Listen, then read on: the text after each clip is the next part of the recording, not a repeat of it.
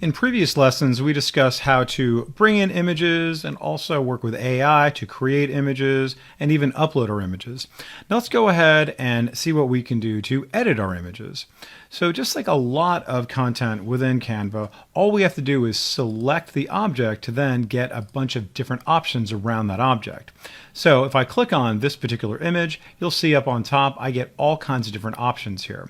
First one I'm going to do is just choose Edit, and you'll see on the left-hand side, it gives me all kinds of different preset options, including the filter section, the effect section, and then a few other additional apps I can add to it. You'll also notice here as I have this adjust option, kind of hiding in plain sight. Let's go ahead and just take a look at that one. Now you'll see that it has very sort of Photoshop-like types of qualities, like brightness, contrast, also adjusting the temperature, the vibrance, the saturation, etc. So if I go over to here now and I'll adjust the saturation, you'll see how my yellow got a lot more yellow, the blues got a lot bluer. I go less saturation, it becomes more like grayscale. Let's go and just bump it up a little bit so we can see here has a little bit more saturation to it. Let's go ahead and now come to another image. We'll go over here to Comp 2. And now let's make these guys have a little bit more brightness. So I'll go over here to Edit, go over here to Adjust.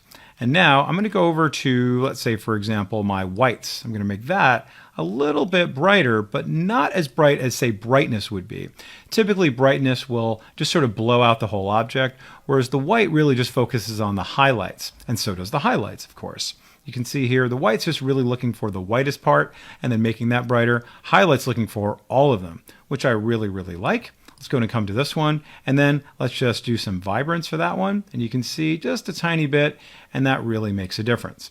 Okay, now let's go back, and now you'll also see that we have these preset adjustments like under filters. So I'm going to go over here to See All, and you'll notice that there's a bunch of these that you may want to choose from. Very similar to maybe like your phone has. So I'll just go over here to one that says Mono, and I'll click on that, and you're going to see under the Mono section, I can very easily make that kind of more of a black and white. If I want to undo, all I have to do is click on my little undo, and then I am back. Okay, let's go back to where we were before. And now let's go ahead and check out some of our effects over here. So let's just say, for example, I wanted to maybe do a blur or something like that. I choose that, and now this is now going to come up to all my blurring options that I'd like to work with here. And what this does is allows me to very manually blur out a certain part. Kind of it's like a depth of field option if I wanted to blur out the background to make these guys stand out a bit. So what I'm going to do is I'm going to increase my brush size. You can see there's my brush, but I'm going to lower the intensity. And now you can see, I'm just going to go ahead and draw a little bit over this area right there. And now you'll see it got even more blurry, making these guys stand out. Go ahead and do one more time here. And now you can see that got a little more blurry as well. And now I am good to go. Now let's go ahead and check out a tool called the background remover. So let's go ahead and go back to page 1. And let's say, for example, I wanted to remove the background, so I only had the sign there.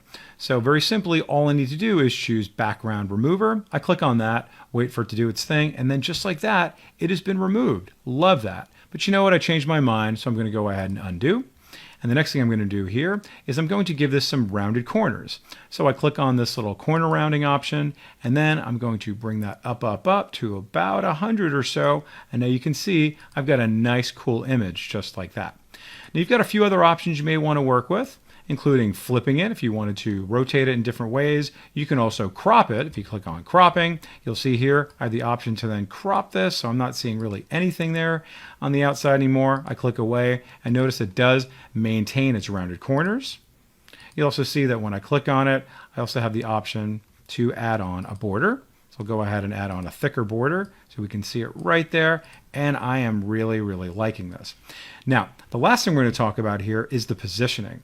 So let's say, for example, I wanted safety first to be above the helmet.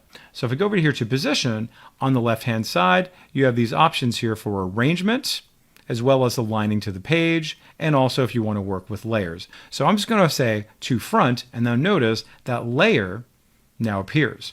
And if we were to look at this layer, you will see that this is now on top of this. If you wanted to, you can also move these up and down if you like to using the layers panel. Let's go ahead and go back to arrange. And then if I wanted to make these both align together, all I have to do is select both of them by holding down the Shift key, and then I'm going to say center to align them, and now that is perfect and I am super happy. So you can see that there's quite a bit we can do with our image manipulation, going from some of our effects to changing the rounded corners to positioning and so much more. So go ahead and give that a shot, and we'll see you in the next lesson.